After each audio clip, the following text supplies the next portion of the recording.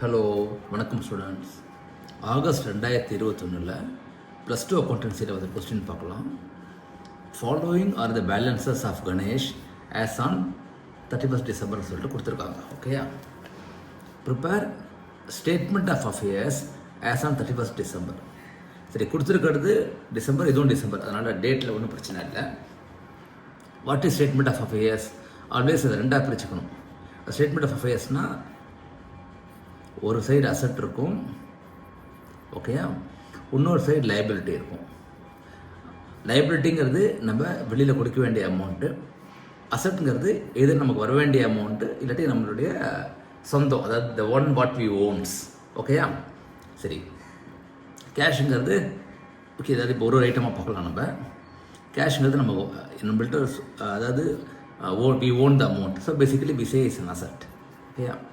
Stock of குட்ஸும் நம்மளோட சொந்தம் அசட். பில்ஸ் ரிசீவபிள்ங்கிறது கரெக்ட், வர வேண்டிய அமௌண்ட், ஸோ அதுவும் அசட். ஃபர்னிச்சர் அதுவும் அசட், நம்மளுடைய சொத்து. Land and building asset. Okay, டெட்டார்ஸுங்கிறதும் வர வேண்டிய amount, so it is an asset. கிரெடிட்டார்ஸுங்கிறது நம்ம கொடுக்க வேண்டிய அமௌண்ட், ஓகேயா, it's a liability. Cash at bank அவங்க எதுவுமே சொல்லலை, அதாவது ஓவர் டிராஃப்டாக நார்மல் பேலன்ஸாக எதுவுமே சொல்லலைன்னா இட் இஸ் அன் அசட். ஓகேயா? பில்ஸ் பேபிளுங்கிறது நம்ம கொடுக்க வேண்டிய அமௌண்ட்டு, அதாவது கிரெடிட்டார்ஸ்க்கு கொடுக்கணும், அப்போ இட்ஸ் அ லைபிலிட்டி. ஸோ இப்போ நீங்கள் பார்த்தீங்கன்னா ரெண்டு லைபிலிட்டி இருக்குது. ஸோ இப்போ ஸ்டேட்மெண்ட் ஆஃப் அஃபேர்ஸ் போடலாம். So statement of affairs as on 31st டிசம்பர்னு போட்டுட்டு லெஃப்ட் ஹேண்ட் சைடில் லைபிலிட்டிஸ் வரும், ஓகே, ரைட் ஹேண்ட் சைடில் அசட்ஸ் வரும். The liability is the one what you have to pay to outsiders. Assets is the one what you have to get money or what you own. ஓகேயா? சரி, இப்போ நம்ம இங்கே பார்த்ததில் creditors and bills payable liability. So இங்கே ticket வச்சுக்கோங்க, இங்கே ticket வச்சுக்கோங்க. So 9,000 6,000. So creditors bills payable. ஓகேயா? அடுத்து அசட் சைடில் எல்லாமே வரும், கேஷ், ஸ்டாக்.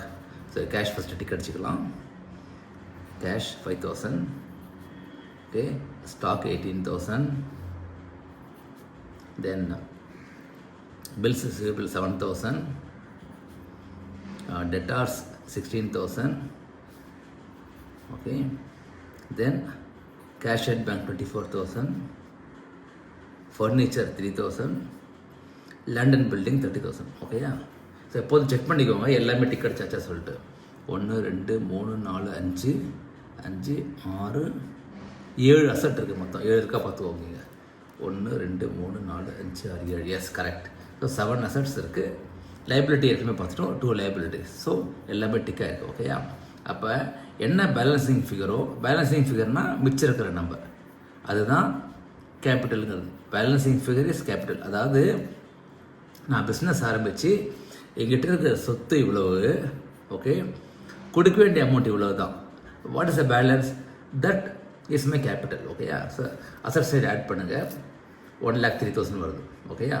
ஸோ லைபிலிட்டி சைடில் 15,000 வருது, 9 + 6. அப்போ என்ன பண்ணுங்கன்னா எப்போதுமே கீழே போட்டுக்கோங்க, 103,000 103,000. ஓகேயா?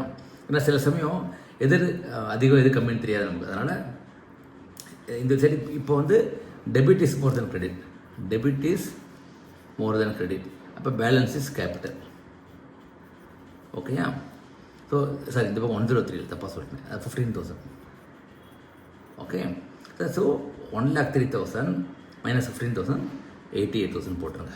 போட்டிங்கன்னா இப்போ 2 சைடும் டேலி ஆகிடும், 2 சைடும் டேலி ஆகிடும். ஓகேயா? ஸோ டோட்டல் பண்ணும்போது ஆக்சுவல் அமௌண்ட் எதுங்க? 1,03,000, இந்த பக்கம் 15,000. ஓகேயா? ஸோ இந்த மாதிரி தான் போடணும். ஸ்டேட்மெண்ட் ஆஃப் அஃபேர்ஸ் சம் கேட்டடா. ஓகேயா? தேங்க்யூ.